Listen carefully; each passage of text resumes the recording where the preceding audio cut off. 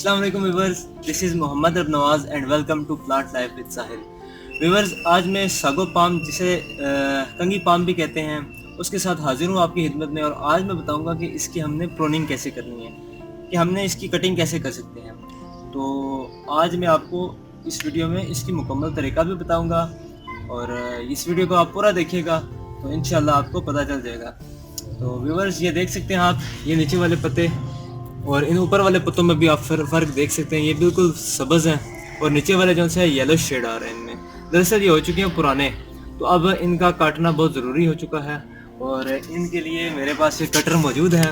तो अभी बस थोड़ी देर में मैं इनका जो है सर कलम करने लगा हूँ। तो आप देखिएगा कि मैं इन्हें कैसे काटता हूँ। तो चलें स्टार्ट करते हैं इन्हें काटना।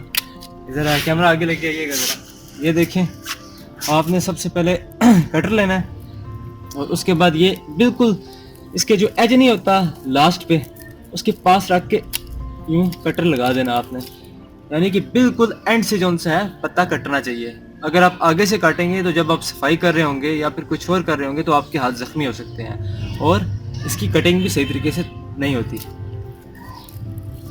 ऐसे ही आपने दूसरे पत्ते को भी बिल्कुल एंड पे रख के कटर और काट देना है। ये देखें जरा, बिल्कुल पास लेके आए कैमरा। ये ऐसे ही आपने बाकी जितने भी पत्ते हैं वो सब काट देने हैं।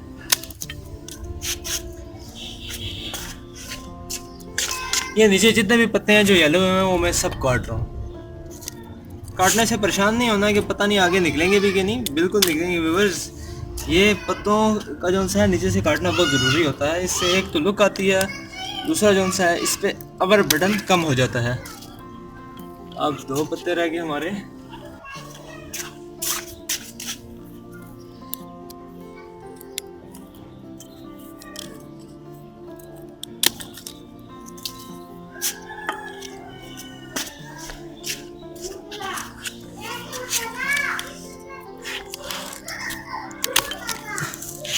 व्यूअर्स, ये देख सकते हैं आप कैसे मैंने बिल्कुल एंड से जो सा है काटा है इन्हें।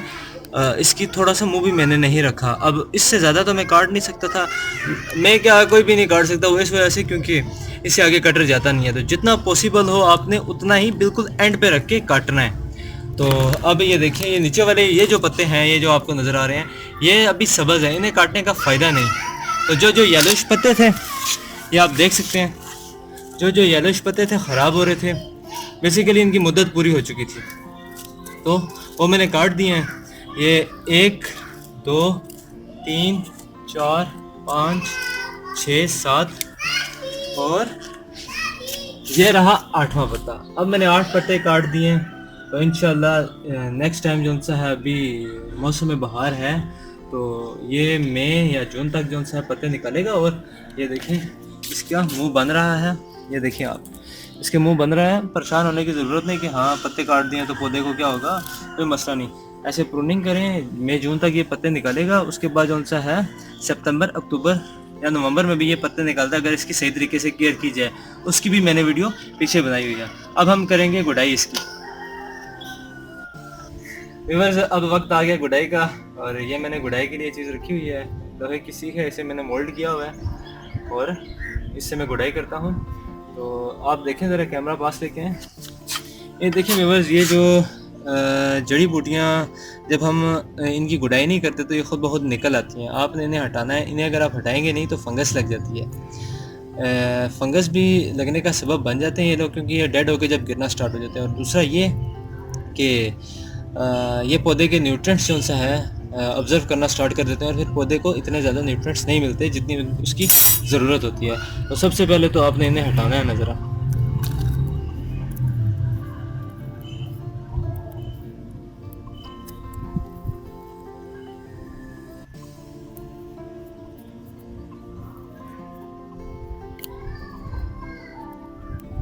आपने इन्हें ऐसे पकड़ के हटाना है।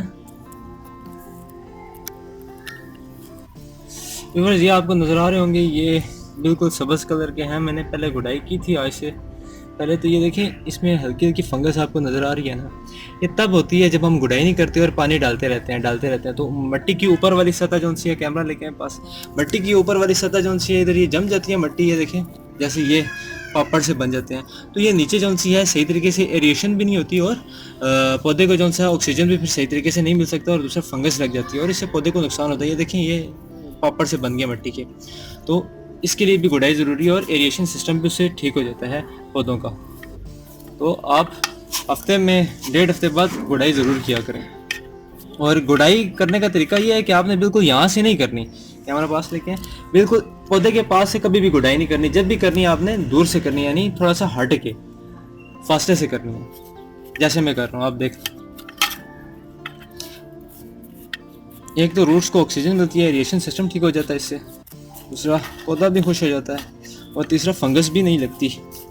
और चौथा, अगर हमने ऊपर से खाद डाली हो तो उसे जज़ब होने में भी मदद मिलती है गुड़ाई से, क्योंकि मिट्टी नरम हो जाती है, आराम सुकून से अंदर तक जा सकती है वो फिर।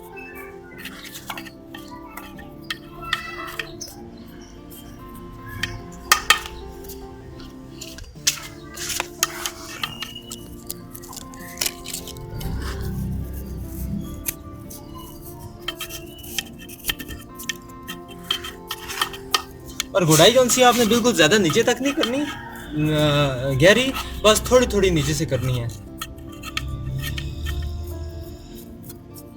और फिर उसके बाद इसे आपने थोड़ी देर के लिए क्या आप इसे छोड़ दें, 3 से 4 या 5 घंटे के लिए छोड़ दें और उसके बाद आपने इसे पानी डालना है। वो इस वजह से अगर आप इसी के ऊपर अभी गुड़ाई करके अभी पानी डाल देंगे तो उसका फ़ायदा नहीं होगा।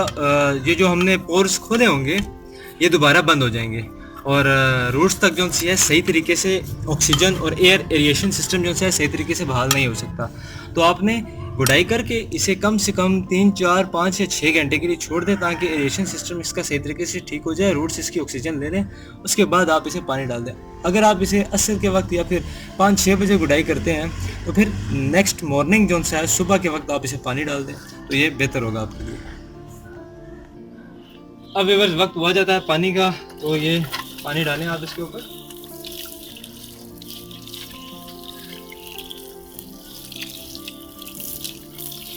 शॉवर से हमेशा जब भी पौधों को पानी दें शॉवर से दें, इससे जो है सही तरीके से मिट्टी में घुसता भी है और दूसरा मिट्टी आपकी ख़राब भी नहीं होती, यानी कि खड्डा नहीं पड़ता मिट्टी में। तो व्यूअर्स ये था सारा तरीका प्रूनिंग का, गुड़ाई का। तो उम्मीद करता हूँ व्यूअर्स आपको मेरी वीडियो पसंद आई होगी और इन्फॉर्मेटिव भी होगी। तो इंशाल्लाह मिलते हैं नेक्स्ट वीडियो में, तब तक के लिए अल्लाह हाफिज़।